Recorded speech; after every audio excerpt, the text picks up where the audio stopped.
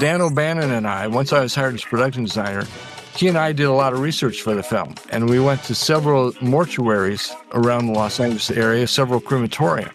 He was having contests with his workers to see who could stuff the most bodies into the oven, and he did 21 of them, and he's like breaking arms and legs to jam them in there. My God. No.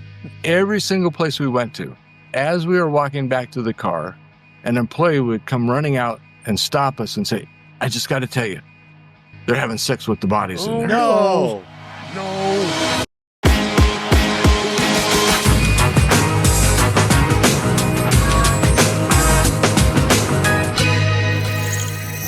Hey gang, welcome to Beyond the Process, where we explore the art of storytelling. I'm your host, Shane Patrick White, and joining me as always is my co-host and personal masseuse, Lance Laspina. Today's guest is a legend in so many areas of art. We actually interviewed him for the Frank Frazetta documentary over 25 years ago. He's a master of storytelling in both storyboards, film, production design, album covers. The list goes on, but we'll let him tell you a little bit more about that. Please welcome William Stout. Hey, pleased to be here, you guys. Thank you. So if you want me to expand on that bio, I'll do a little bit of expansion. I've worked in probably every single field of art that there is, and it's what I call the pinball school of career planning, just bouncing all over the place. And I attribute it to perhaps a short attention span. Once I feel I've conquered a certain field, I'm no longer interested and I move on to something else. That changed when I started doing my paintings of Antarctica. Once I finished my first one-man show of those 45 paintings, I felt like I could do that forever. And I had never had that feeling before. So it's probably going to be my most important book. It's a book I'm writing and illustrating on the history of life of Antarctica from earliest prehistoric times to the present day. And my goal is 100 oil paintings, and I just finished number 87. Holy cow. You're well on your way then. So, well on my way. I've got a lot of books in the pipes, and as a book lover myself, I love compiling books. I love art books. I got a massive art book collection at home, and as well as probably the only complete collection of Harper's Monthly Magazine, Century Magazine, Scribner's Magazine in the country, except for perhaps the Library of Congress. Because all the libraries have been getting rid of all those books, and those books, that's the history of American illustration. Absolutely. Yep. Oh, man, it's Howard Pyle, N.C. Wyatt. And so, well, good for you. Kind of a you're doing the world a great service by preserving these books. Yeah, I mean, I've been a fan of the golden age of illustration for most of my life, since art school and being introduced to Norman Rockwell and J.C. Leyendecker. But let's talk about your origin story, Bill. Where did you grow up, and how did where you grew up influence you as a creative? I grew up in a little town called Reseda, California. It's part of the San Fernando Valley, which is the hottest part of Los Angeles. And I was in a very poor neighborhood. Everybody on the block was poor, except for our next door neighbor, the Kunkles. They were the only family that had a swimming pool, the first family to get a television. And boy, it was an amazing place to grow up, in that every single kid in that block went on to prominence in certain fields. Like the kid at Scotty Goodwin, the kid across the street, became a player for the San Diego Padres. Wow.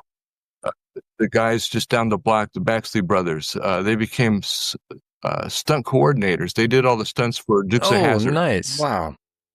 And then my plan was to be a doctor. I was a science math major in school. And in the 5th grade, my teacher, Mr. Wittenberg, he caught me drawing in class when I should have been listening. But instead of punishing me, he said, "Do you have any more drawings like that?" And the kid next to me said, "Oh, you should see it. He's got a whole book full of them, drawings of dinosaurs and monsters." And my teacher said, "Could you bring that in for me to see?" And I was just relieved not to be in trouble. And I brought the book in the next day, and he looked through it. and he knew I wanted to be a doctor. So he would say things like, Bill, I think the class needs a chart of the human skeletal system. Could you draw that up for us? Sure, yeah. Or the class needs a chart of the human musculature system, or a cross-section of the eye or the ear. And what I didn't realize at the time was I was teaching myself anatomy. Oh, nice. Yep. So I dedicated my very first book, The Dinosaurs, A Fantastic View of a Lost Era, to Mr. Wittenberg. Nice. With the note that one person can make a difference. I think if it wasn't for him, I probably wouldn't have been an artist. Wow. Really? Yeah, he got you started on that track for sure, huh? So what do you think it was? Was there something in the water in your neighborhood where all these guys rose to prominence, or do you think it was just the conditions that kind of forced people to be creative and do their thing? I think it was all of us being poor, really. I mean, when I talk about poor, I really look forward to Thursday night because I knew our dinner that night was going to be gravy on bread. And that was one of my favorite. Oh my gosh. Wow. So this is like 1940s, 50s era?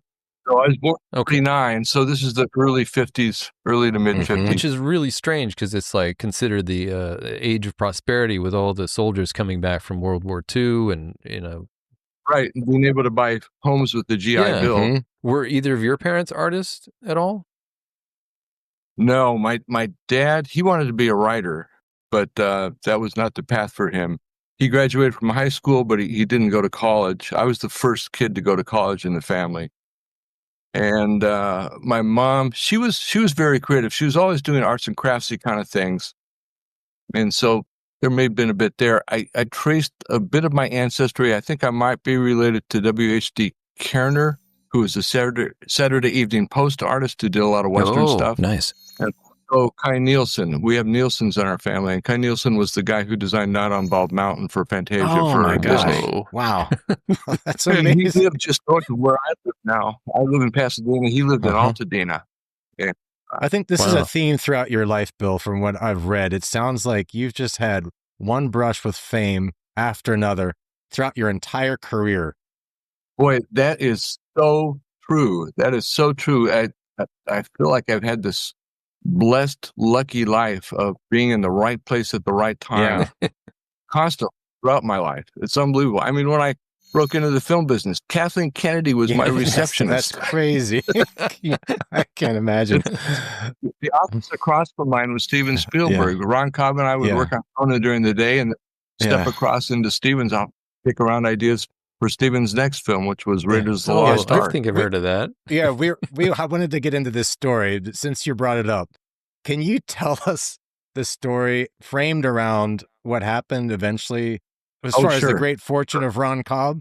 So start from like you were saying, you're working with John Milius on the original Conan film, and then across the hall, like you said, Steven Spielberg's there, just happens to be there, working on Raiders of the Lost Ark, one of my favorite films of all time, as well as Conan. I mean, come on, Bill. I'm going to go back a little bit before that. Really? I'm going to go back a little bit before that. I was working doing movie posters. Now, the movie poster world and the filmmaking world, they never intersect. There's two completely separate businesses. And I was doing so many movie posters, but a friend of mine, Bob Greenberg, he's working as a production assistant on Conan the Barbarian. And I was a huge Robert E. Howard fan, so I was really curious to see what was being done there. And then he told me that Ron Cobb was the production designer. I'm going, Ron Cobb, the political cartoonist, is production designer for Cobb. I've got to see what he's doing. That's such an odd match, it seemed to me in my mind. I knew that Ron had done a little bit of work on Star Wars. He designed a lot of the creatures for the Cantina sequence. But I was just so busy, there was no way I could break away and get to the Conan offices to see what was being done. Finally got a break in my schedule, but instead of going to the Conan offices, I went to the ABA. That was the American Booksellers Association.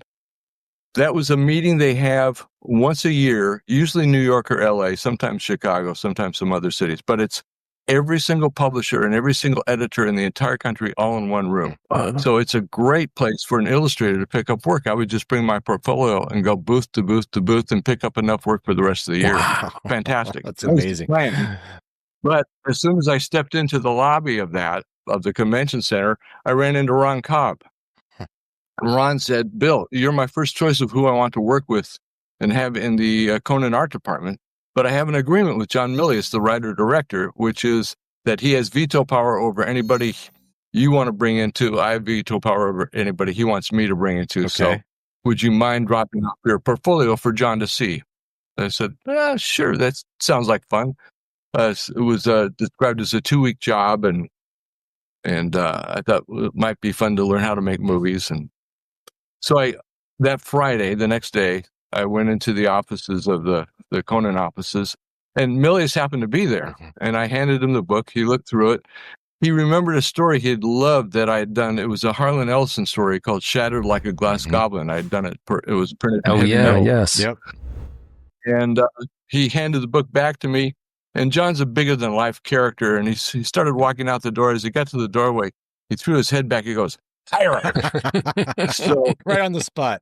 I went in to see Buzz Feichens, our line producer. He told me what I'd be making on Conan. I nearly fell off the chair laughing because it was about 10% of what I was making in advertising. But I thought, well, it's just for 2 weeks. I can spare a couple weeks. Sure. It's not a problem. Yeah. And so I later found out you're always hired for 2 weeks. They want to find out whether or not you're a jerk. If you're a jerk, your 2 weeks is up, the job's over, and there's no hard feelings. So my 2 weeks turned into 2 years. Wow. Did you renegotiate your salary, though, at that point, or no? Well, no, I did not, and I'll tell you about that later, too. Keep going with your story, though. So I'm working, and Kathleen Kennedy's our receptionist, and within 2 months, she was John Milius's personal assistant. Within 2 months after that, she was Steven Spielberg's personal assistant, and 2 years later, she produced E.T. Wow. Amazing. We had a company called A-Team. We were sharing offices with Spielberg. So Ron Cobb and I would work on Conan during the day, put our pens down at 6 o'clock, walk across the hall to Steven's office and kick around ideas for his next film. He was just finishing up 1941, and he was beginning Raiders of the Lost Ark. Gosh. Well, Steven and John are really best friends, but there's a bit of rivalry there. What one wants, the other to vice they want versa. to one-up each other. Yeah. Willis had us, so Steven wanted us. So Steven tried to sort of dangle temptations in front of us to get us to jump ship from Conan and move over to Raiders of the Lost Ark. Well, he really, really wanted Ron Cobb, and I came into work one day and I said, Ron, you look miserable. What's going on? He goes, it's Steven. He said if I would jump ship and leave Conan and become the production designer for Raiders of the Lost Ark, he let me direct the sequel to Close Encounters. My God. I'm going, oh my God. What did you say? And Ron said, I told him, I can't do that to John. John gave me this tremendous break in this business, and I just can't cross him like that. So I said, well, what did Steven say? Well, he got real angry with me for not wanting to leave. Okay. So anyway, we went off and we made Conan. When we got back, Steven contacted Cobb and he apologized. He said, I'm sorry for the way I act. I still want you to direct the sequel to Close Encounters. So Ron got together with John Sayles and wrote a script called Night Sky, supposedly based upon a true story of a fight out that two different groups of aliens had over a farm in Nebraska. Whoa. And Rick Baker started building the creatures. And around that time, I came by to visit Ron to see how he was doing. And I said, Ron, you look miserable. What's going on? He goes, it's Steven. He's finished Raiders. Now he's turned his attention to my film. And every day he makes a change in the film. He's made so many changes now, it doesn't feel like my movie anymore. I would give anything to get off of this film.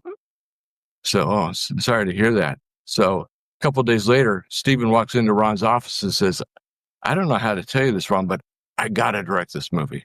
I will give you a point in the film and $10,000 if you'll walk away. Wow. And Ron said, great. Forgot about it. 9 months later, they go to see the cast and crew screening of this film, and Ron is like, oh, thank God I didn't make this movie. It is so maudlin. It is so saccharine. And then they forgot about it until about 8 months later. They're looking in the Hollywood trade papers, and they see that the film, which is no longer called Night Skies, but is now called E.T. the Extraterrestrial, has grossed over $400 million. Oh, my. Ron, don't we have a point in that film? And they find the papers, and here's the agreement signed by Steven. They call up Universal, and Universal says, oh, thank God, that's the first verifiable point we can pay off on. We'll have a messenger over within 2 hours with your first check. And I think the first check was like $850,000. Oh my gosh. And remember, this was one of Steven's points, so it included merchandising, Blu-ray, DVDs, toys, the whole shebang. And so Ron made over $10 million for not directing E.T. Wow. That's one of the best Hollywood stories I think I've ever heard. Honestly. Man, and only in can Hollywood. you think of another business? Yeah. No. Wow. No. That is amazing. That's the best separation agreement ever. Yeah. Yeah. Exactly. But when people ask me about my experiences in film, I said the best 2 years that I ever had in film was 2 years I spent in a room with Ron. Nice. That's it. I almost never use the word genius to describe anybody, but I use it to describe two people, Ron Kopp and Mobius. Oh, yeah. And I had the great fortune to work with both those guys, and working with them was like sitting next to a fountain that gushes great ideas all day long, seemingly effortlessly. Yeah. And I'm really competitive by nature, and so it really made me up my game. Just fantastic. Yeah, you actually had the opportunity to hire Mobius on a film that you were, were you production design, I believe, right? And then you hired him to come on. Yeah, I was the production designer on Masters of the Universe and got to hire him. He was living in Santa Monica at the time, trying to get funding for an animated feature of his own. But working with him was just a joy. We've been friends, since the 70s. Sergio Aragones introduced us. Wow. And so every time I was in Paris, I'd see Jean, and every time Jean was in LA, we'd hook up together. Oh, that's so nice. Was that the first time he ever worked on a film? No. He worked on, prior to that, he worked on Alien. Oh, okay. Yeah, that's right. And he worked Jodorowsky's he storyboarded Jodorowsky's Dune. Yeah, I remember that. That was pretty amazing. Yeah. And there was a European Lieutenant Blueberry film that was made. Oh, there was. That's right. I briefly never saw something about that. Okay. I never saw it either. So, I'm sure it wasn't as good as the comics. So speaking of comics, I wanted to delve into your underground work. Is that the first exposure or work that you did as far as comic books go? And when did that come about for you? My first work in comics, in professional comics, was, I was a huge Edgar Rice Burroughs fan, and I used to contribute to the Edgar Rice Burroughs fanzines, particularly one called Herbdom. Right. And Edgar Rice Burroughs Inc. had found an unpublished Edgar Rice Burroughs story, a novel called I Am a Barbarian. It was the story of Caligula as told from the point of view of Caligula's personal slave. And Jeff Jones illustrated the first edition. When that came out, I thought, I want to illustrate that too. So just on my own, I did 5 black and white illustrations. Sent that off to Herbdom, and about a year or 2 later, they published them in the fanzine. And Russ Manning, the artist who did the Tarzan and the Apes Sunday and daily newspaper strips, as well as some of the comic books, saw my work in the fanzine and saw that I was local to him, and called me up and hired me to be his assistant. Oh, my. I took over. Mike Royer left. Oh, really? I learned so much from Russ Manning being his assistant. Man, it was a fantastic mentor to have. And not just about art, but also just about life. I learned how to be a great dad by watching Russ and the way he is. It's a tremendous learning experience. We did 2 graphic novels together as well. Oh, yeah. I think I remember reading where you learned, or he taught you, I don't know if it was like, not depth of field, but he taught you like different line weights, I believe, to separate your foreground and background. Is that accurate? That's true. Line's always been really important to me. Really important. And plus, I was always aiming to do stuff that would reproduce well. I tried to make my inking not so fine as for it to be lost in the reproduction process. What's interesting about some of your earlier comics work and that I've noticed, and I'm not sure if I'm just seeing stuff, but it feels like your line quality was similar to Robert Crumb, but it's as if a surgeon got a hold of the pen and did things a lot more careful and constructed. Did Robert Crumb ever? Was he part of your circle of underground cartoonists that you followed? He was definitely a later influence. My first influences in comics were Carmen Infantino, inked by Murphy Anderson. The stuff that they did, the Adam Strange work that they did, incredible. And a friend of mine, Fred Romanek, you used to be able to write in letters to the Julie Schwartz edited comics, and if he printed your letter, he'd usually send you some original art. And my friend Fred got this entire unbelievable Adam Strange story. So I got to see all that original art firsthand, and that was such an inspiration, seeing what those pages look like. For one, I had no idea that they were done larger than the printed size. And then, and the lettering looked so professional. Right. That was like beyond that point. So they sent you a whole story, not like just a page or a panel? He sent Fred the entire story. And it was one of the greatest Adam Strange stories ever done. It included this full page, full length portrait of Adam Strange's girlfriend, Alana, dripping wet. It was like every comic fan's wet dream. Hello, 1960s. Yeah. God. It was incredible. So seeing all that stuff, when I was working with Russ, I made a comment of about doing my own comics, and Russ's response was, "Put up or shut up." You know, don't talk about it. Yeah. Do it. Wow, good for him. And it was a nice wake up call, and he was right. And so I started doing work for Peterson Publications. They were a West Coast publishing company, and they did hot rod cartoons, cycle tunes, and I decided I would try to work for them, and I thought I would do it professionally. I phoned ahead for an interview, set up an interview time with their human resources people and stuff. But unfortunately, the night before, I had dropped a tab of acid. And the next day, I was still tripping when I came in for my interview. Oh, no. Oh my God. So I'm trying to get together because this is a professional interview, but I'm tripping my brains out. And the woman is having me fill out all these forms that have nothing to do with art. And finally she says, "You know what?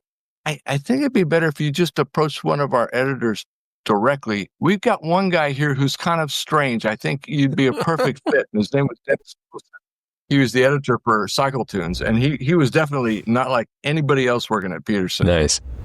And I brought my portfolio, and I had a piece that was influenced by Crumb in my portfolio, and he loved it.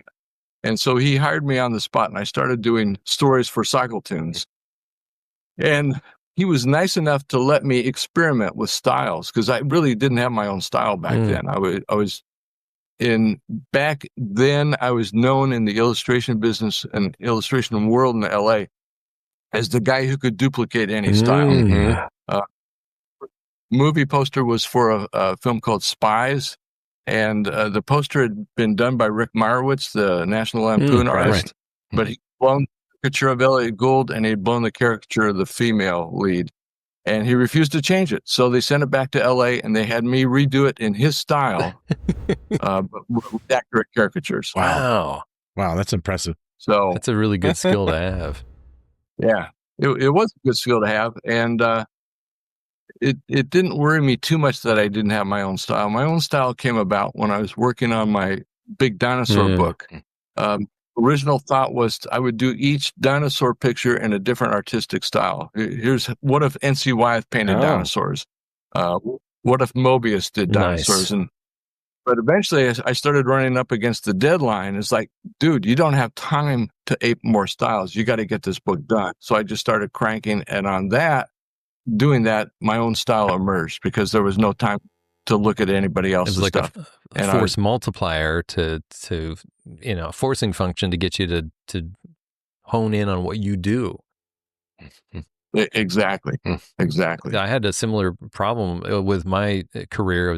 I always felt like I had this identity conflict because I could change different from one style to the next, and it started out when I worked at a t-shirt company, and that's oddly enough where I was first introduced to your work. I had a big color copy of the cover of Weird Trips with Ed Gain on the cover, tacked to my board next to my drafting table. And we were working on the Rocketeer license at the time. So I was having to figure out how to how to ink and draw like Dave Stevens, which is almost impossible unless. Good luck. What's that? Good luck. Yeah, he said. Good luck. Oh yeah, but there were some people who were getting pretty close, and after doing that intensive study, I could understand that it's just about being sensitive to what they're saying and how they're saying it.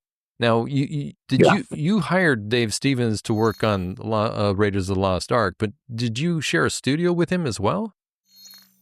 Yeah, I had a huge studio on La Brea Avenue, and I rented out the front part of the studio to Richard Hescox, who was a friend of mine. He painted paperback covers, and then Richard split his space into two, and Dave came in.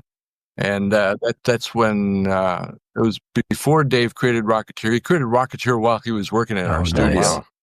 And then when Dave finally left the studio, he got replaced by Paul Chadwick, who then created Concrete in our studio. Yeah, Shane just interviewed him. We do written interviews on our Substack, and Shane just went through an amazing interview with Paul on there. So it's ironic that you mentioned him. Yeah, when Paul was working in our studio, that was when I was production designing Masters of the Universe. So I'd come into the studio with all these outrageous stories of what was going on set. Well, he incorporated them into a Concrete story. I read that. Oh, that's okay. You see the story, the guy in the Hawaiian shirt, that's me. Awesome. Oh, that's so awesome. He called the film Rulers of the Omniverse. Oh my gosh. That's amazing. Yeah, I remember that story really well. Yeah. One thing I wish I had done, I wish I kept a record or a book or something with a list of all the people who had come through the studio. Because at that, our studio was the hottest studio in LA. We had almost every film director, every actor, actress, poet, artist, musician, pop star rolling through there just to see what we were doing. And it was just amazing. Oh my gosh. The people that were come through our studio just to see what we were working on. If only you could have gotten a percentage of every project that got produced. Wow. Yeah. You wouldn't have had to work the rest of your life. You'd have been like Ron Cobb. I started the artist sketchbook phenomenon. If I had a nickel for every book that other guys had produced of the printed sketchbooks, no kidding. Boy, you mean like the self-produced sketchbooks that you bring to Comic-Cons? Yep. That you started that? Yeah. So started that in the 80s. Right, because so when Mike Mignola did it that first year, that exploded because he sold, I don't know, he made a lot of money, but that really took off. I'd already been doing it for about 10 years. Gosh. I remember seeing you at a Heroes Con with your sketchbooks, way back in the 90s even. Bill, I read somewhere that you're one of 5 people, and I don't know when this was written, so if it's still accurate, who has been to every single San Diego Comic-Con from the very beginning, right. With its small origins. Is that accurate? That's absolutely true. Yeah, there's me, Mark Evanier, Jackie Estrada, and 2 other folks. Yeah, because of that, a few years ago, they made me a permanent guest at Comic-Con. Excellent. Good for you. That's an amazing accomplishment. Yeah. Tell us about how you got invited to the first one, if you remember that story. Oh, sure. So I was working at Disneyland, putting myself through art school at Disneyland. During the summers, I would work there painting watercolor portraits in New Orleans Square. And the cashier would say, come get your watercolor portrait by an artist. It only takes 8 minutes. Well, if I was working slow, they took 8 minutes. Wow. Me and one other guy were the 2 fastest guys. And if there were a lot of tickets out, the way it would work was you buy a ticket for a portrait from the cashier, and it would have a number on it. And once you would call your number, you could pick which artist you wanted to go to have your portrait done. And so at the end of the day, you count up all your tickets. That told you how many portraits you did, and we got paid by commission. So that's how you found out how much money you made that day. So I was working there, and there's samples. Each artist had samples of their work on the easel so that people could say, oh, I want the guy who did that portrait. And since I signed my portraits, there was a guy standing behind me, and I heard him say, Stout. By any chance, are you the William Stout that illustrates Coven 13 magazine? And I was like, well, actually I am. He said, would you consider being a guest at a comic book convention in San Diego? I said, well, sure, that sounds like fun. Well, he was still in high school. It was Scott Shaw. Oh, wow. Wow. Now were conventions a thing at all prior to San Diego? Like, were there others in existence prior to that? There were no comic conventions. There was science and fantasy conventions. Did he have to convince you about, like, this is going to be great and, what it was going to be all about? Like he had no prior experience to what a comic convention would be. I brought a sleeper bag with me, and I slept on a fan's floor for that first show. Oh my gosh! And there were no girls for the first 3 or 4 years. Oh, wow.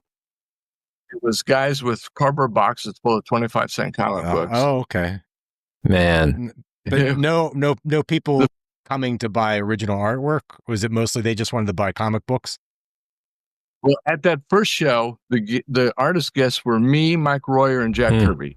That's not bad company. And we got on stage, and we had big tablets of paper, and the guy would draw Thor, and Jack would draw Thor, and then hand the drawing to the kid. Draw Tarzan. I draw Tarzan, hand the drawing to whoever asked for Tarzan. And so anybody who shouted out a name of a hero got a free drawing from nice. one of us. Wow. There was actually a question from our fan base, from Dancing Dog 60, who asked, I'd love to ask him if ghosting for Mike Royer over Jack Kirby was intimidating or a dream come true. It was a total dream come true in ways I didn't expect. I learned so much from inking Jack's work. One of the mysteries of Jack's work is, how is it so powerful? Well, I noticed that before each powerful page, there was a quiet page, and that contrast added to the intensity of the powerful page. And so, boy, that was such a great learning experience. Yeah, Mike wanted to go on vacation, take his family on vacation, so obviously he needed someone to ink at least one of the books, so he'd have the time to do that. So he gave me a choice of the Demon or Kamani. I go, well, Demon, of course, monsters. Yes, of course. So I inked most of Demon 15. I think Mike inked all the Demon characters himself, but in the same way when I was working on the Tarzan strip, Russ always inked Tarzan, but I got to ink the rest of the strip. Oh, wow. So it worked out. Cool. It was great to work with Mike. Mike is an amazing, he's got a hand like a machine. He can do an incredible brushstroke all the way across the paper and not have to touch it up whatsoever. He's just phenomenal. And he's a great storyteller too. I sat next to him at a con a few years back, and some of his stories were fantastic. Now watching Mike ink, that was intimidating. Seeing what he could do with the brush, that was fantastic. I was a little sad to learn that he doesn't use a brush anymore because the quality of the brushes have gone downhill so poorly, so bad. Really hard to find a good brush now. That's true. So when I was in our school, before I was in our school, when I was in junior high school, there were two groups, the surfers and the greasers. Yes.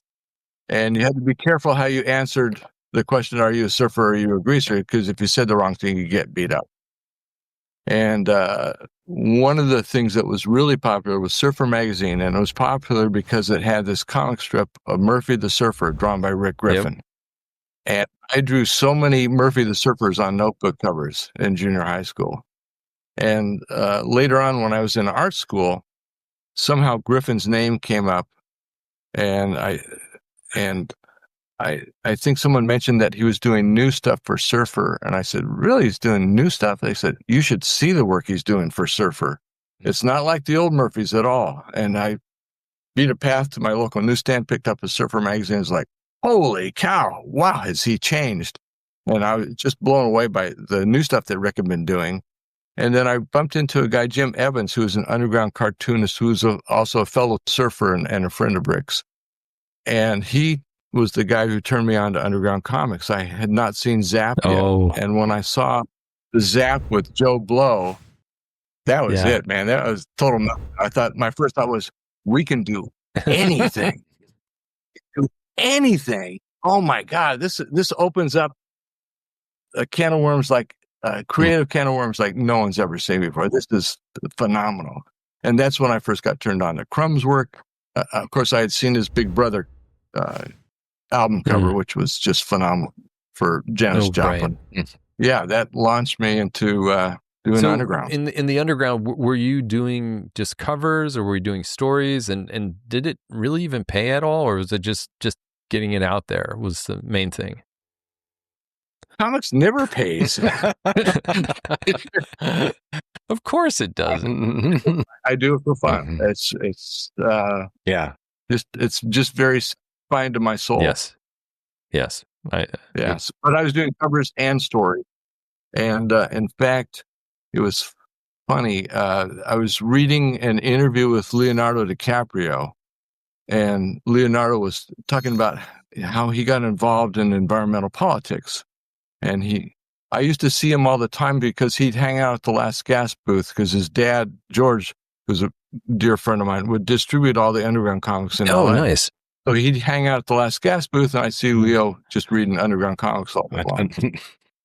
And but he said that he was reading this one underground comic book, and there was a story called "Animals Your Children Will Never See," and it was about the animals on the verge of extinction.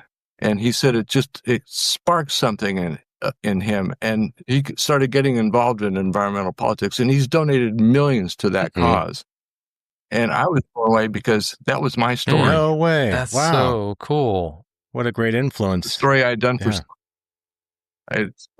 Slow Death. Again, another brush with fame. That's incredible. You told us the story of how you got the job working on Conan. And you had been doing movie posters prior to that, I believe. Is that correct? Oh, okay. That's true. So when I worked for about 120 films. But at that point, I mean, you don't need to know how to make a film when you're doing movie posters. But when you got hired by Cobb to be a storyboard artist, you have to know something about filmmaking. So I'm curious. I always love to hear stories from storyboard artists, how they learned the filmmaking process. Or was it on the job? Like, were you always a fan of film, that you read a lot of books and so you already had a great head start? Or what was your process like for hitting the ground running, essentially, because you had to make an impression on John Milius right away? Yeah, that was an interesting situation, and that originally they had hired Richard Corbin to do the storyboards for Conan. Oh, wow. That's amazing. And I got a call from Bob Greenberg, he said, "Hey, Richard Corbin's in town. We've hired him to do the storyboards for Conan the Barbarian, and I've been assigned to show Richard a good time. Would you mind if we came over to your studio?" I go, "Come on over. I want to meet Richard Corbin." Heck yeah. So he brought Richard over, and Richard, he's a big guy. I'm 6'3". He must have been about 6'6", 6'8". Oh my gosh. And boy, getting him to speak was near impossible, to get him to speak more than one syllable. Wow. But I was like pulling out all the stops. I showed him I had a real mummy head from Peru. I had an Egyptian mummy hand. I had a two-tailed lizard. I had just everything I could think of. I was showing him. And he would stand there and he'd rock back and forth on his heels of his shoe with a big grin on his face, hardly saying anything. And then I asked him if he used his wife as a model. He goes, "Nope, tits too small." Yeah.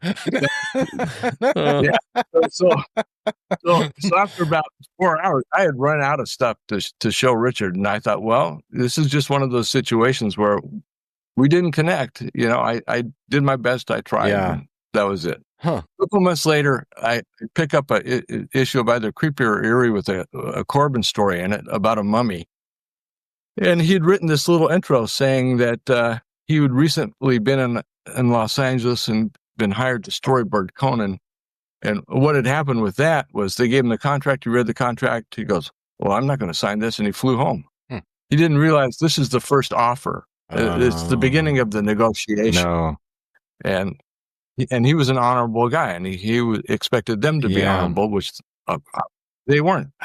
Wow. Man. So he said, he says, I had a miserable time in Los Angeles, except for one thing. The high point of my whole trip was visiting Bill Stout's studio. Man, I was so excited. That made me so happy. It was the best thing I've done in years. And I'm thinking, God, you could have knocked me over with a feather.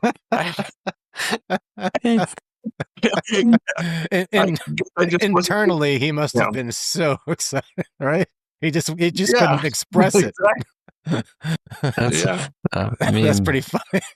Genius comes in all shapes and sizes for sure. So I started doing the storyboards for Conan, and Millis, and I was doing traditional boards, and Millie said, no, I love your comic stuff. Make them look like comic books. I was wondering how that came about. Okay. Yeah. So that's how it came. That's way more fun than regular storyboards. So I started doing that, but I was working, it was so painfully slow because basically I was designing the films from scratch. So I'm designing the Sumerian village, I'm designing all the armor and all the costumes for the invading forces, designing weapons, designing the armor for the horses and all this stuff. What the hell was Ron Cobb doing at this time?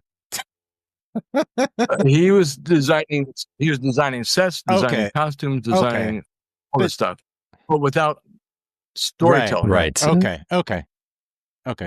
And I kept looking over at what he was doing and thinking, God, he's having way more fun than me. Finally, Ron sent something and he'd say, Bill, I don't have time to do this. Can you design this? And so I gradually started to make the transition into basically designing the stuff that Ron didn't have time for. Okay. That makes sense. And so we were working for the De Laurentiis company, and I noticed that every time they didn't want us to hear what they were talking about, they'd start speaking Italian. So I started teaching myself Italian so that I could eavesdrop. Eventually, they found that out, and they thought that was hilarious that I was teaching myself Italian so that I could eavesdrop on them. And because of that, they started secretly grooming me to become a production designer. Oh, cool. They admired the initiative. Wow. That's cool. Yeah, so they let me 2/3 of the second Conan film. Okay. And, well, I want to get into that story, but first, I want to know how did you learn about filmmaking, though? Oh yeah, so I was the biggest movie nut you'd never want to meet. I'd see everything. I'd go to film festivals. I'd go to movie marathons where you enter the theater on Friday and you don't leave until Sunday night, and you're watching movies time. And so I was going to see a new movie. I was living in Hollywood. I was walking up the street, and a friend of mine spotted me from his car. And he pulled over. He said, "Hey, Bill, what are you doing?" And I said, "I'm going to go see this new movie." And he looked at me like some kind of schmuck. He said, "Really? Movie? You're going to spend 2 hours alone in the dark." He said, "You could be having your own adventures instead of watching somebody else's." Oh. And man, that flipped a switch in me. And I started scheduling an adventure around the world every year. Oh, wow. Wow. First one was going to the Galapagos Islands and Machu Picchu in Peru. Okay. And so that was a dramatic change. And then once I did the first Conan film, then Buzz Feitgen's the line producer. He hired me to storyboard First Blood, the first Rambo movie.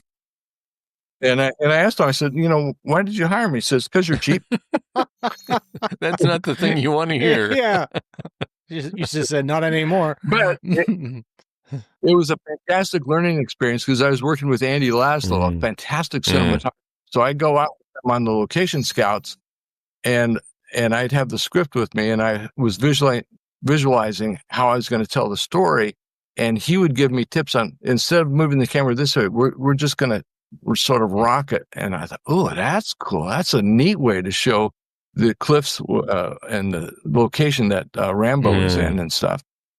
And then I made that rookie mistake of, it's called crossing the axis. Oh, yeah, the 180 line. Something you can do in comics, and not a problem. But if you do it in film, you've just messed up the odds. If you're going from left to right, you have to keep going from left to right, because if you put the camera on the other side, it looks like you're going backwards. Right. Yeah. So happily, I learned that very early in my storyboarding career. Good. Okay. And didn't do that. But I remember the first time I had the boards up, whispering, "You gotta see this. You gotta see this." So was there like other film jargon that the directors would speak to you in that only film people would know, that you had to kind of go learn and figure out what they were saying? Or did that not happen to you? Yeah, there's something I called the unwritten rules of Hollywood, and you're supposed to know all those unwritten rules, and I didn't know any of them. And they wouldn't just tell you, except for one time, Buzz told me one of them, which was, never, ever speak ill of anybody in the film business, no matter how you feel about them. Never do that. It'll come back. Yeah. And so I remember I was working with a couple of people who I thought were the two biggest idiots and jerks I'd ever worked with, but I didn't say anything. And about 2 months later, I got a job, and they were the ones who recommended me for the job. Yeah. Whoa. Now, them, it would have gotten back to them, and I never would have gotten that job. Exactly. Yep. No, that was good advice. Okay, let's jump ahead a little bit. Well, first I want to talk about, you were working on a Godzilla movie that unfortunately never got made. It was going to be made in 3D. But at that time, I believe, again, correct me if I'm wrong, you were doing storyboards on it, and all-time legend Mentor Hubner, somehow, I guess, he was looking at your work. I don't know if he was in this same studio at the same time, but pick it up from there, the Mentor Hubner story and how he pushed you into production design. Sure. One of the things I did in parallel to movie posters was called presentation art. There was a producer, Sandy Howard, who did low-budget films, and every year he'd come to me with 12 titles. No scripts, just 12 titles. He'd say, Terror Train, teenage girls terrorized on a train, and I'd do a piece of art to go with it. And on the basis of the art, the 12 pieces of art and the 12 titles, he'd get financing for 12 films at either the Cannes Film Festival or MIFED. Wow. And it was just so much easier to get films made that way. So I had a reputation for doing very successful presentation paintings that you'd show them the painting, you get the financing for the film.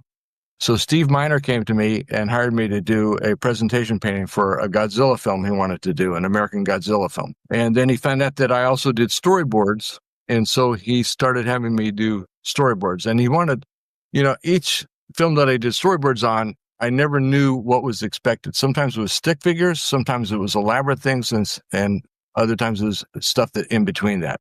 Well, in Steve's case, he wanted these large panels, pretty elaborate panels. And so I started filling them with set decoration and stuff that I thought would be appropriate for the shots. And Mentor Hubner, one of the great storyboard artists of all time, he storyboarded North by Northwest for Hitchcock. He was a friend of mine, and he was visiting my studio, and he saw the boards I was doing. He said, Bill, the work you're putting in these boards, you're designing the motion picture. You should ask to be the production designer. It hadn't occurred to me, but I thought, well, I was sitting there with Ron Cobb. I saw how he was production designing, so I know what the process is. And so I called up Steve. I said, Steve, I'd like you to consider me to become the production designer for this film. So he immediately did the smart thing. He called up everybody around town who had ever worked with me, and they all gave me glowing reports. And so he called me back and says, you're hired. You're now the production designer. Wow. I put together a dream art department. I had Doug Wildey and Dave Stevens in the storyboards. Oh my gosh. They're building me a gigantic robotic Godzilla head for me. David was going to do the stop motion animation for me. Steve Cherkis had already built the first Godzilla stop motion puppet based on my designs. And Fred Decker had written one of the best scripts I've ever read in my life. It was a fantastic screenplay. God, it was great. I'd make that film again in a heartbeat. I spent 2 years on it, and it's in that film, Godzilla first appears wrecking the Golden Gate Bridge, and he ends up dying on Alcatraz. Oh, wow. It's a super cool story. It was just great, but it was the right story and the right project at the wrong time. No. Yeah. Specs in almost every shot. So we were storyboarding the entire movie. Yeah. And because of that, it was going to be obviously very expensive. It's going to be a big budget film. And at that time, 4 big budget films had crashed and burned. Heaven's being one of them. Yes. Infamous. Legendary. And so Steve would work his way up the studio chain. He'd get to the top and they go, big budget film? No way. It was just the wrong time to be pitching it.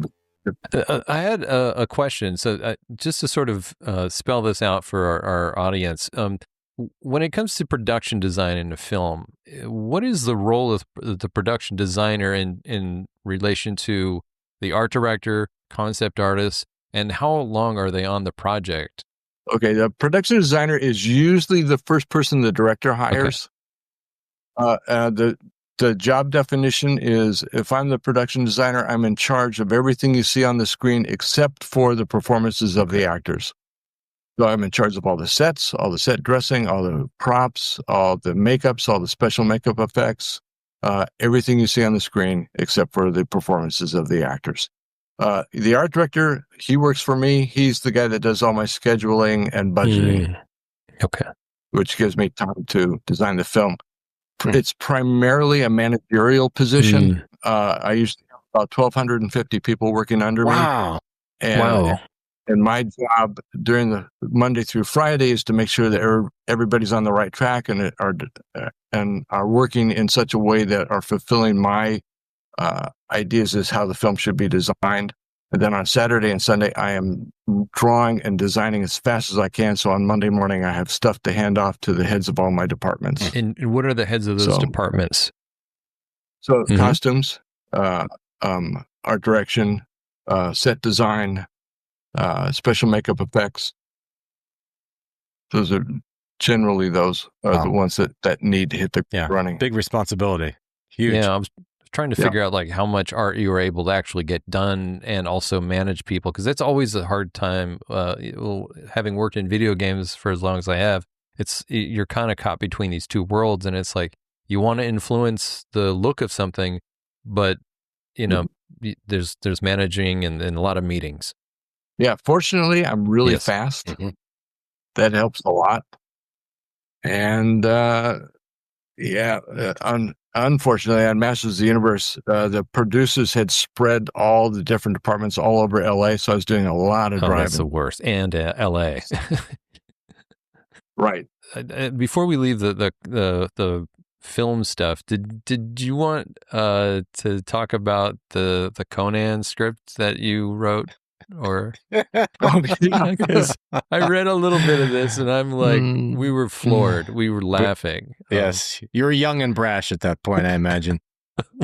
Boy, was I. Man, oh man. So I got tricked into working on the second Conan film. The way they tricked me is they made me think that Ron Cobb was going to be on it. So I thought, well, anything that Ron Cobb is on, I want to be on.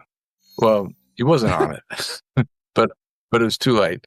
So I went to the first big meeting on this film, and it was with Pierluigi Basile, who was the production designer, and Richard Fleischer, who was the director, and Raffaele De Laurentiis, who was producer, Buzz Feichens, who was the line producer, and a couple other people. And we had all been sent the script, and I came into the meeting, and I said, "Oh, what's that smell? Oh, that smells really bad. Oh, something really smells right. Oh, it's the script." And I held up Franklin. I said, "Oh man, this is really horrible." And I had a shopping bag, and I had my own version of the script. No. And I handed it. It's just so I broke a whole lot of Writers Guild rules, and I found out later after the meeting was over and I left. Richard Fleischer said, "Who the fuck is that guy?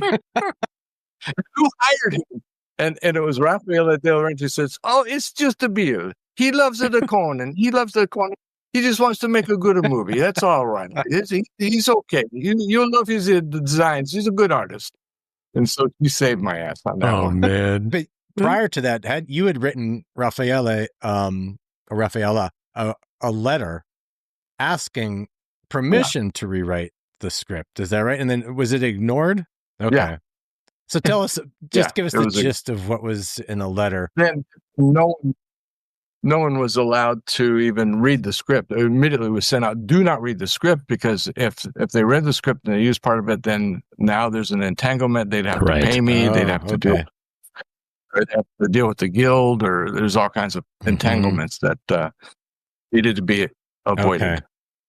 But it was a horrible script. I ran Mako, the actor Mako, was in both movies. Oh. And I ran into him in LA.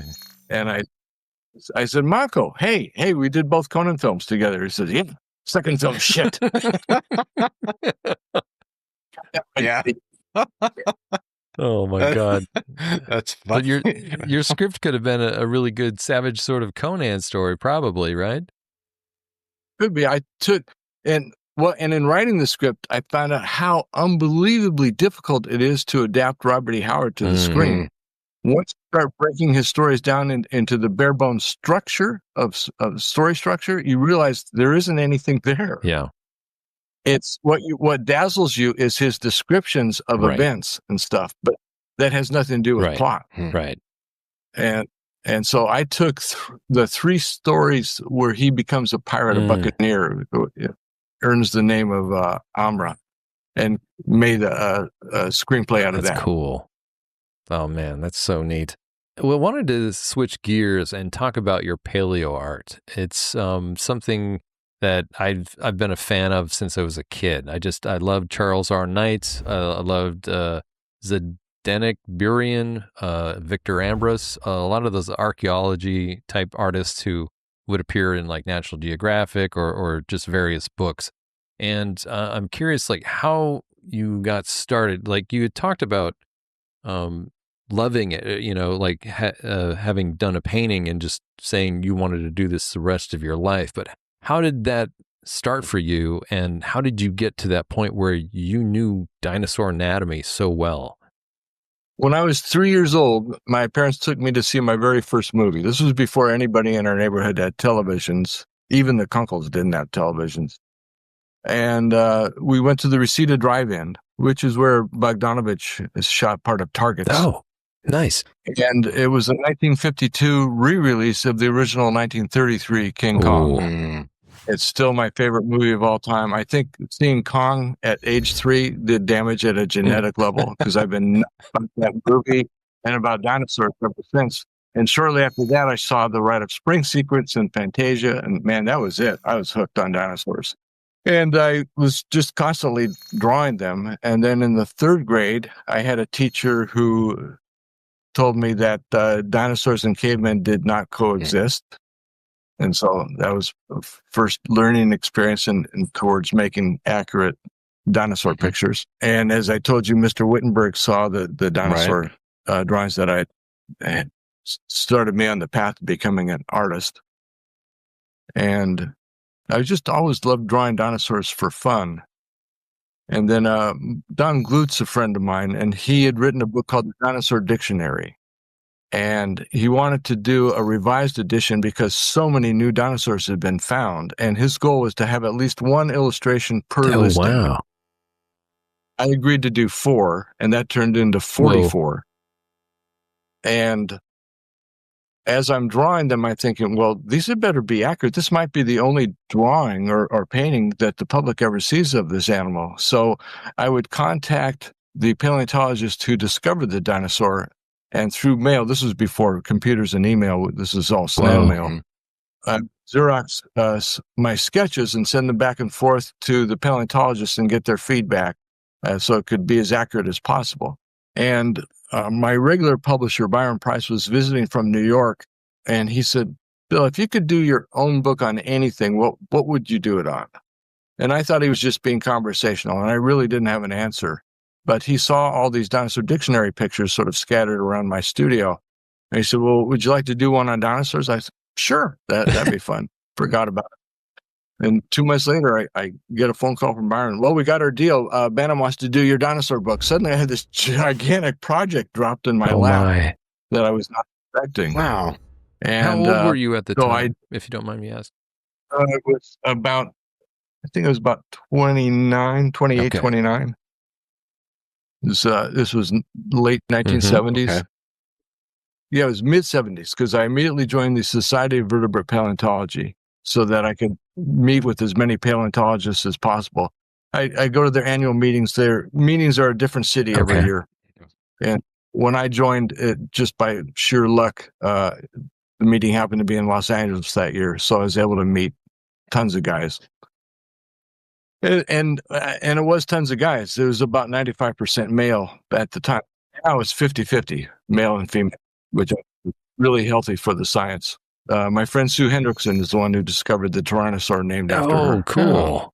Like I said, I started to do each of these in different styles, then ran out of time, and just the last batch that I did, my own style emerged from that. And Michael Crichton was nice enough. If you look on the last page of Jurassic Park, he acknowledges me as an inspiration for the book. That's so cool. That's incredible. was a huge surprise. Oh my gosh. Yeah, I can imagine. So going from books to life-size murals, I mean, it's like, night and day. That's so different. How did you get to the point where your stuff was so trusted that people wanted to embellish a building with the art? Well, it was a struggle at first because I have this fantasy background, so I was a suspicious character in the world of paleontology. Who is this sci-fi fantasy guy that thinks he can do accurate dinosaurs? So I tended to do my reconstructions on the conservative side. I didn't do wild colors and stuff, and because I was suspect anyway. Why risk that? And I was really eager to do murals, and I was up for a big mural at the Smithsonian, and Ellie Kish was the other person that was up for it. And they chose Ellie over me because she had already done a mural, and I didn't have anyone done. So I didn't have the credibility to say, hey, here's my mural and, use me. So I got a call from the Houston Museum of Natural Science. They wanted to license a painting I had done of a mosasaur rising out of the sea. And they said they were building a brand new prehistoric wing to their museum. And I said, are you going to have any murals? They said, yeah, we are. I said, can I bid on them? And sure. And I won the bid. Those are my first two murals. So the ones I did for the Houston Museum of Natural Science. Now I had samples to show people, to show the public, show museum officials.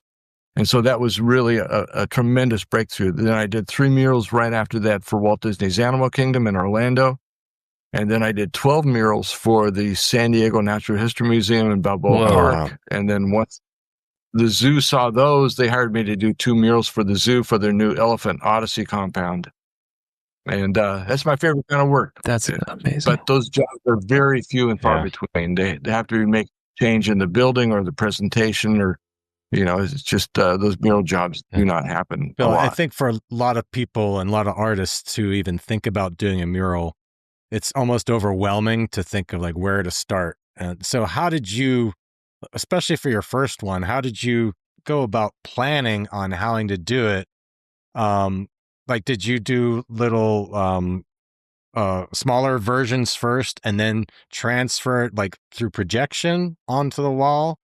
Or did you just start using grids? Or I'm always curious about the process of mural painting because there's different ways to tackle it. And then also talk about your use of colors and your color palette and how you would, I think you said you tried to limit yourself to, wasn't too colorful, if that's correct. Yeah. Well, the murals can be colorful. I just had to be careful not to make dinosaurs too colorful. Gotcha. Okay. So, and when you talk about the scale, my biggest painting is one I did for San Diego Natural History Museum. It's 14 feet tall by 34 feet long. Now, you can't go into an art supply store and buy that canvas. You have to get the canvas from a company that makes sails for sailboats. Wow. Oh, okay. So you weren't painting, sense. You were actually painting on a canvas then. Okay. Painting oil on, yeah. So, and I don't have a studio big enough for a painting that big. So there's a studio down in Chino, which is about a half-hour drive from where I live, Themescape Art Studios, and their specialty is hand-painted gigantic graphics for casinos and theme parks. Okay. So they let me have space in their studio, and they would stretch the canvases out for me. They'd order the canvases, they'd size the canvases, and I'd start out doing small black and white compositions of what I wanted the murals to be.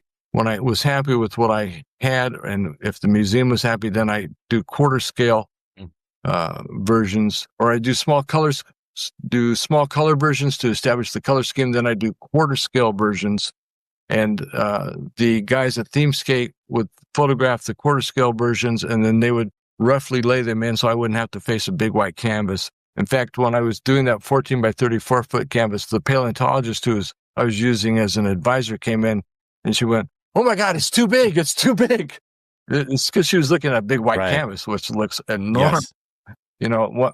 Once I got paint on it, then it was manageable. And you did it by yourself? So everything by yourself. Okay, I wasn't sure if you had assistants or not. because I wanted it to all look like my style.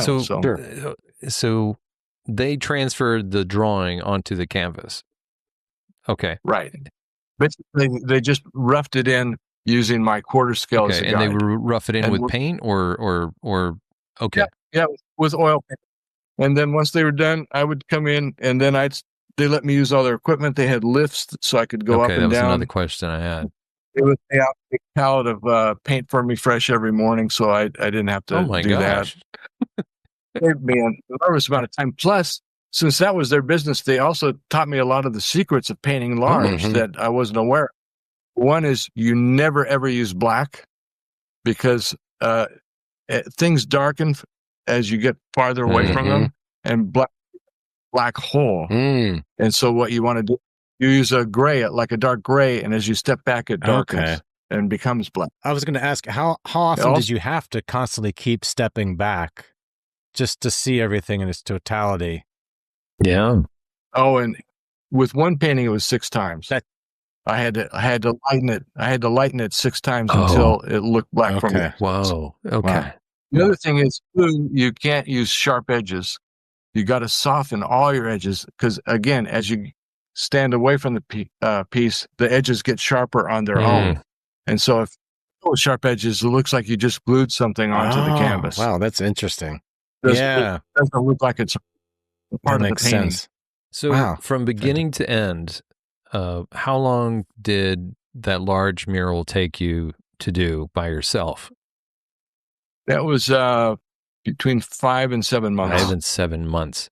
And when you bid on something like that, like, do you know ahead of time that it's going to take 5 to 7 months and this many gallons of paint and no, like, how did you accurately bid on something like that? Or do they have a budget and say, this is it, take it or leave it?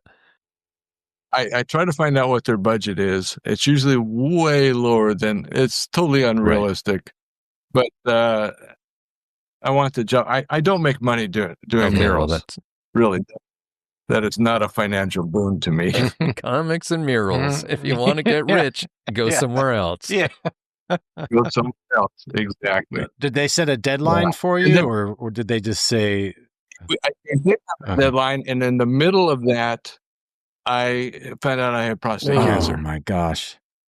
So I contacted the museum. I said, "Look, I know you're expecting these paintings done by a certain date, but I'm being treated for prostate cancer. I'm going to have surgery. I can understand if you want to replace me with someone else to get the murals finished by the time that you're expecting." And they said, "Bill, we love what you've done. We will just postpone. We want you just get there, and we will, because your worth is worth waiting for." That was wonderful on that part. And kind of So the big dinosaur painting that I did, they took a sepia version of that was only about this big and blew that up wall size, and it worked great. Amazing. It's like, I couldn't believe that it held up at that size. So that was up till I got the color one finished, and then they got replaced. Nice. And then I had a guy who was the installer. He used the clay adhesive to adhere the canvases to the wall. And about 2 months after the murals were finished, I got a panicked call from the museum. They said a pipe broke in one of the walls between 2 of your murals. And I said, call this guy. He came in, peeled the murals right off the walls. They cleaned up the thing, dried up the inner side, and he reapplied them back, and nothing was wrong. Holy cow. Thank goodness. How much faster did your process get after having done one and then the subsequent ones that you started to do? I'm sure you learned from your mistakes in the past.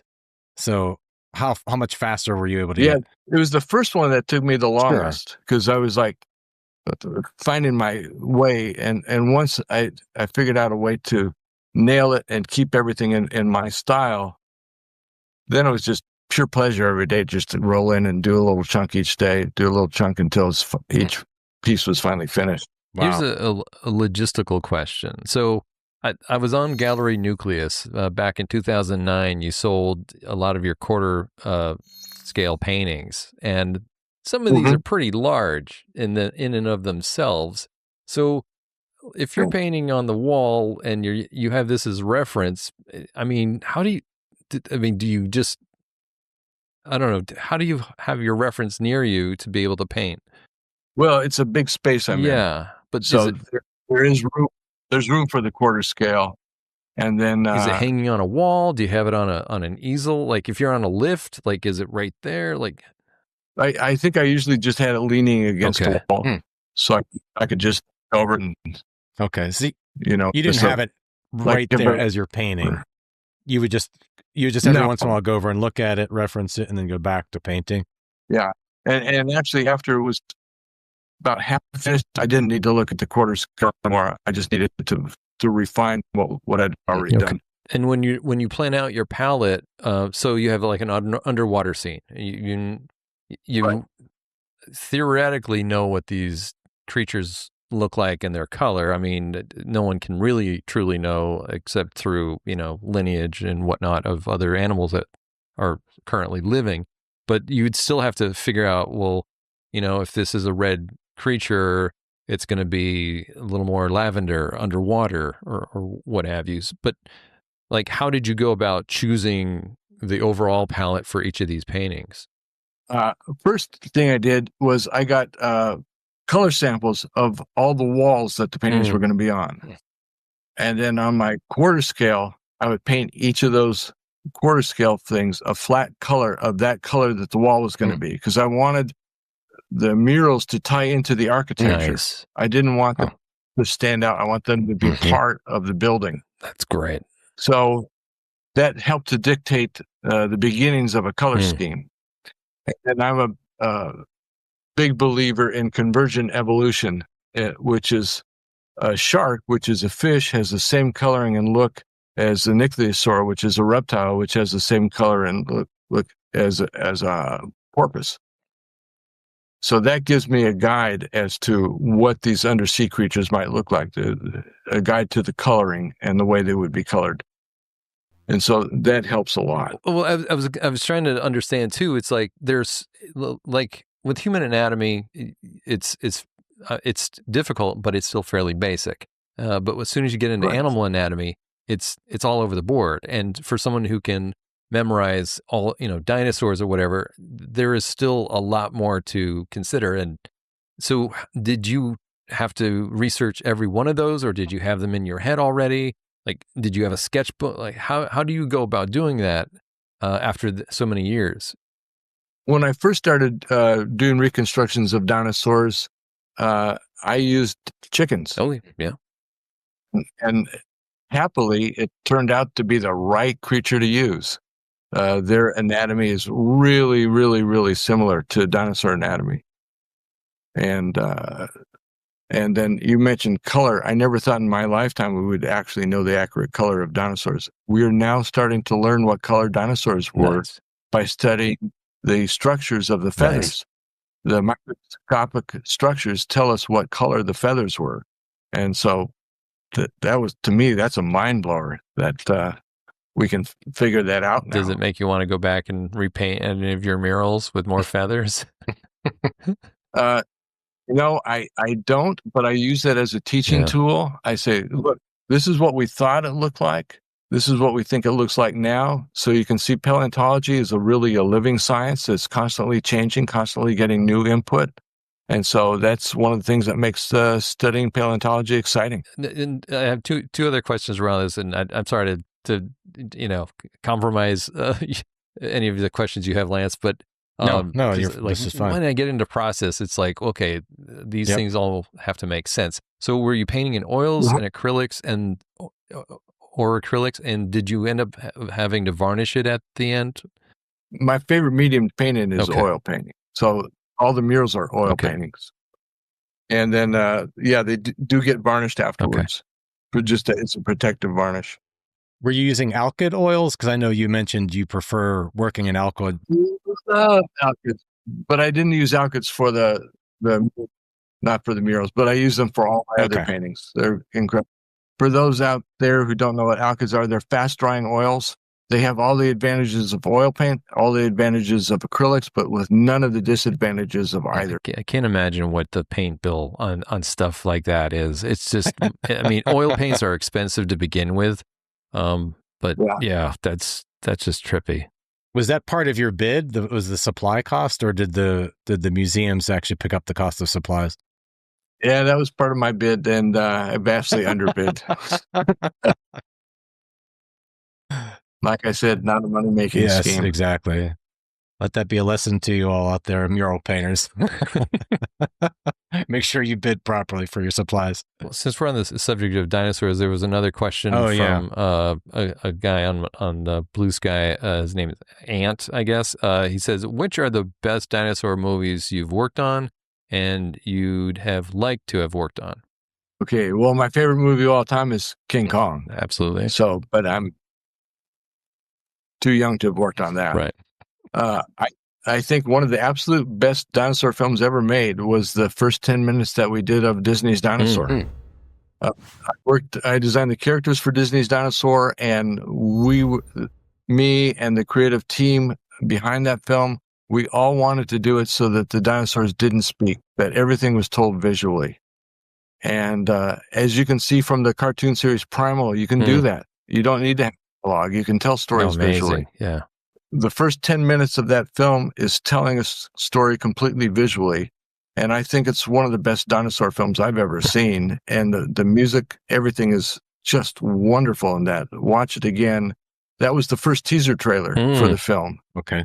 And I was sent out to promote the film, and they gave me 2 video cassettes. One was that first 10 minutes, and the other was the second trailer in which they talked. And I showed them the first trailer, and man, people wanted to buy their tickets now. Wow. They trailer, and it was like, okay, we're all in. If we make that movie, we want to see it now. And then I showed the second one where they talk, and they go, oh, they talk. No. Yeah. Stop the talking. Babies and dinosaurs shouldn't talk. No. Speaking from experience. So, yes, exactly. I was friends with Ray Harryhausen. I love his Valley of Guanji. Oh. That's and, and dinosaurs. Dude, that's my cell phone screen. Yeah. And that's Frank McCarthy did that painting. Frank McCarthy's amazing. We kind of move to wrap up here. I want to give Bill the opportunity to tell us about some of the projects that you're currently working on. I know I think we mentioned some of the books that are going to be coming out. If you want to go into a little bit more detail on what you have going on right now, I'm sure our audience would like to hear that. Yeah, I'm at that age where I can see that distant light at the end of the tunnel. I better start assembling stuff and putting stuff out for just my career and for posterity. So I've got about 14 books in the tubes right now. There's a 3-volume box set, all my comics related work. The first volume's coming out in October. It's from Flesk Publications. Oh, nice. I designed 2 decks of playing cards. One's fantasy themed, the other is dinosaur themed. Those are already out, and Flesk wants to do a book on each of those decks. Wow. Excellent. My most requested book is a book on all my music related art. Back in the mid 1970s, I did 45 bootleg record album covers. That's what I'm known for in the UK. They don't know me as the dinosaur guy. Kidding. They know me as the bootleg. bootleg. That's interesting. That's pretty cool. And so that book will have all my album covers, CD covers, band flyers, concert posters, stuff like that. I've saved all the art I've done on all the films I've worked on, so I want to have a book on all my film design. Cow. That's Encyclopedia Britannica of work. On over 120 ad campaigns for movies. I've kept most of that work. So film on entertainment advertising is another book I want to do. Most of these books are already written, and most of the art's already assembled. So it's a matter of just that's great. Finding the right time to do it. I translated a book of poems by Pablo Neruda. He's my favorite poet. He's from Chile. And I illustrated each poem, and so I want to publish that as a book. A friend of mine, Jim Earp, he's a writer. He called me up. I asked him what he was doing. He said he had just written 24 poems based upon the life of Willis O'Brien, the man who animated King Kong. Nice.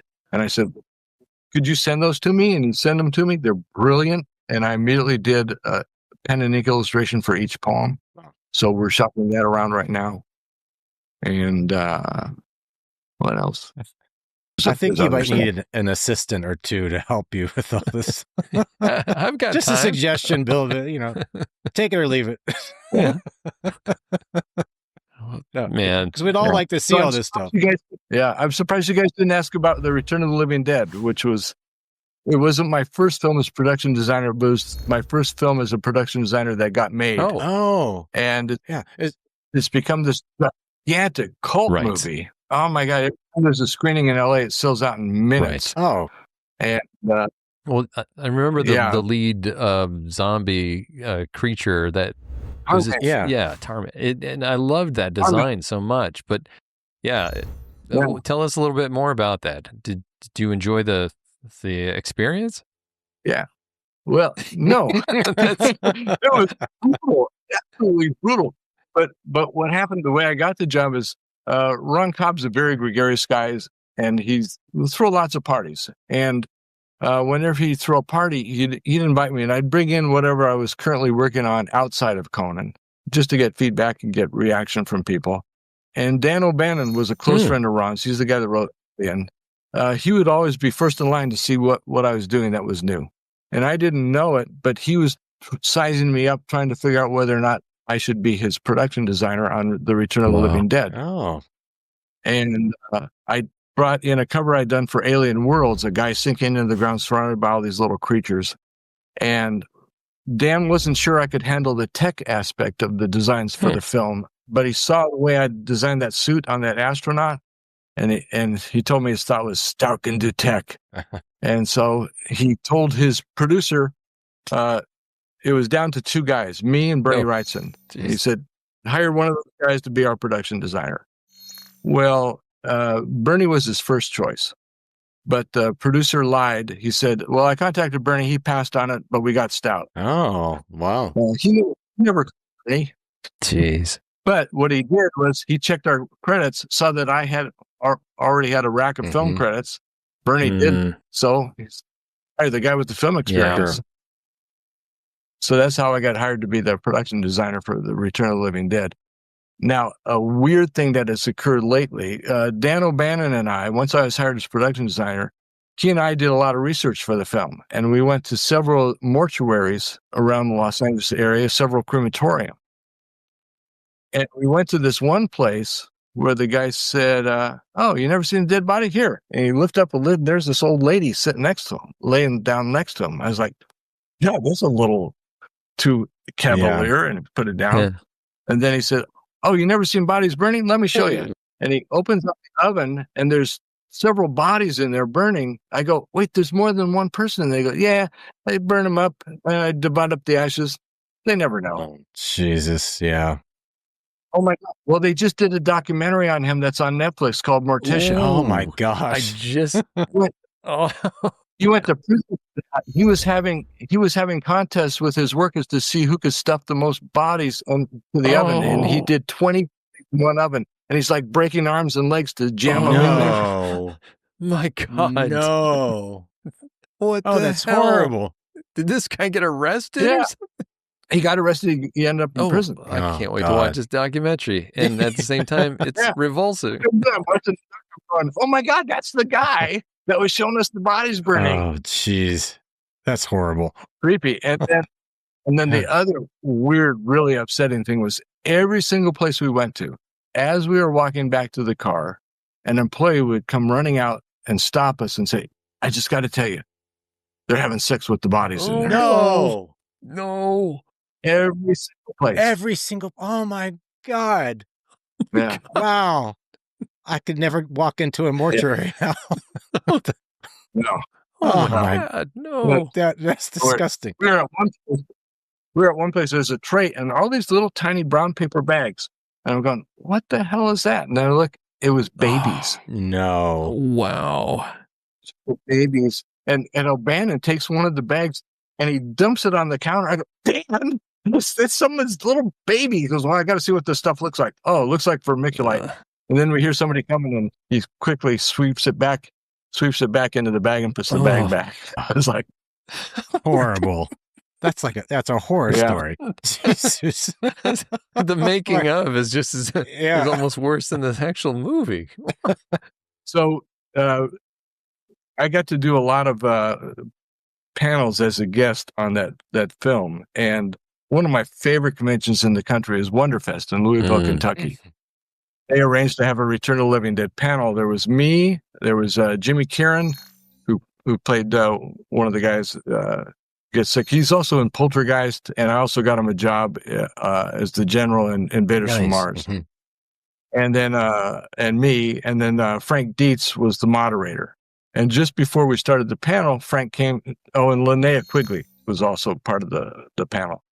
And just before the panel began, Frank approached me and said, "We're going to play a little trick on Linnea. We're going to pretend like you guys actually shot the film here in Louisville, because in the movie, that's where it takes place. We shot everything in Burbank in L.A. Though. We never stepped in Louisville." And so we start talking and reminiscing about the making of the film. And then I said, and one of the great things was working with the people here in Louisville. They were just so helpful. And Linnea's like, "What?" And Jimmy Karen says, "Yeah, they were just fantastic. Boy, we couldn't have asked for better help on this film than the wonderful people of Louisville." And Linnea's like, "Huh?" And then Jimmy decides to really push it. He says, "The best person there, easily, was the mayor." The mayor had a leg. It was a hollow wooden leg. And he would fill that wooden leg with the best Kentucky bourbon. To drink, you would do a handstand, and there was a little spigot, and you could fill your drink with this wooden leg. It was just amazing. Yeah, I had several of those drinks. And God, it was just the finest bourbon. Oh my God! And now Linnea's gone, he was incredible. He was amazing. Now she's believing that she was in Louisville. Oh man. That's great. That's a great story. Oh. But the picture doing the handstand so we could get a drink. Yeah, exactly. The image. Oh my God. I kind of wanted to ask though, what is your favorite genre to work in? Like, I mean, outside of the paleo art, which is obviously a deep love for you, in terms of storytelling, like, is there a genre that you lean towards more than any other? My two favorite things to do are comics and paintings of nature. Right. And they can be contemporary nature or they can be prehistoric nature. It doesn't matter to me. I love painting. I love painting wildlife. Yeah. But I really love I love making comics much more than making movies. As making comics, God, you are the writer, producer, director, art director, actor. You get to do everything. Yeah, actor, everything. Have you done any superhero stuff, or is it mostly horror? I've done stuff for myself conceptually. I haven't done it in a finished way that it could be printed yet. But I came up with a superhero that I think would be really fascinating. It's a 10-issue miniseries. Cool. That could be your 15th it's sort of multi-volume book. His rise and fall. Okay. Yeah. Excellent. That's pretty cool. I'd like to ask everyone that we interview, no matter how long they've been doing this, their view on the current state of art and especially artificial intelligence. Do you have any opinion on it at all? Sure. My youngest son, James, works for Google, and he was in charge of the self-driving car. Now he is in charge of helping people with disabilities use computers. And so he came, his last visit here, he said, "Dad, let me show you something I did." He said, "I took your bio and I put it through AI, and this is what happened." I was completely blown away. It became a conversation between a man and a woman talking about me and my career. We did that.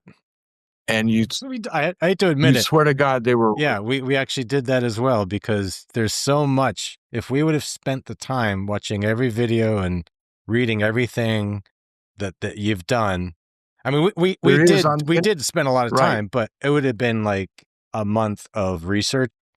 So we did the same exact thing, and it's almost scary listening to those two people talk. It is. Yeah. Yeah, because they're making jokes and laughing at each other's jokes. And they're doing and like they sound like real people talking. They're not robotic at all. And it didn't just scan my bio, it searched out every reference of me on the internet. And so it's this really comprehensive overview of my career by two experts who don't really exist in the world. Yeah, it's crazy. It's and he did it in 2 minutes. Yeah, that's what's alarming. Good. Yeah, it's kind of cool, but it's also scary when you hear the result. Yeah. Now, what about generative art? Like artists creating art with AI and that sort of thing. That just doesn't sound like it for me. I love the whole process. I love what I call creating order out of chaos.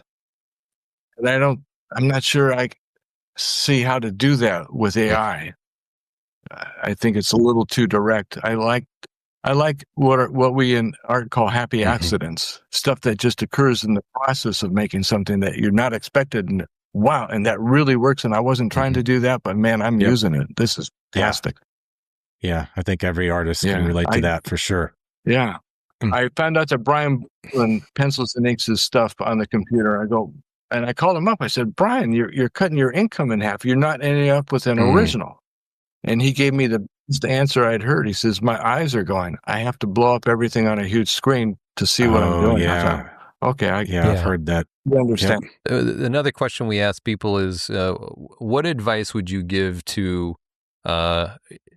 people who are just starting out in the career in art, and maybe even advice that you would give somebody who's mid-career in art in terms of how they can get better or be more proficient at getting work? Sure. I tell my students there's 2 paths to fame. There's a slow path and a quick path. A quick path is you do the same thing over and over. That's not for me. I like variety in my life. Bernie Wrightson was a good friend of mine. He got so sick of drawing Swamp Thing, and I thought, I never want to get in that situation or position where I'm sick of drawing something and I have to do it over and over again. I tell students, always do your best work. Even after the negotiation's over, no matter how much or how little you're working for, you do 100% of your best work. I got that from Norman Rockwell. At the top of his easel, it was carved out of wood, said 100%, and he plated it in gold. Wow. And one thing that does is it surprises your client because they're not expecting you to do this spectacular work that you're handing in. And it also makes you a better artist because you're pushing yourself to do your best work. Yeah. The other thing is I was at Comic-Con several years ago, and a friend of mine came up to me and said, Bill, I'm here just to say thank you for the advice you gave me when I was a kid. I said, well what did I say? He said, well, I was a teenager, and I asked if I could show you my portfolio, and you were gracious enough to say sure, and you looked at it, and then you asked me what I wanted to do, and I said, boy, more than anything, I want to work for Jim Henson and draw those Jim Henson characters. I love those Jim Henson characters. And he said, I looked at him like he was some kind of schmuck. And I said, why on earth would you want to make Jim Henson more famous and make him more money when you could develop your own intellectual properties and you become famous and you make all the money? So he took that advice and he created the Spiderwick Chronicles. It was Tony DiTerlizzi. No. And why didn't I take my advice? I could be the multi-millionaire. Oh, that's perfect. So Bill, if people want to find out more about you, for those few people out there who may not know that much about you, and see some of your work that you're doing or that you've done in the history of your career, where would you like to send them to? WilliamStout.com. Okay. That's my website. Also, there's a lot of YouTube videos on me.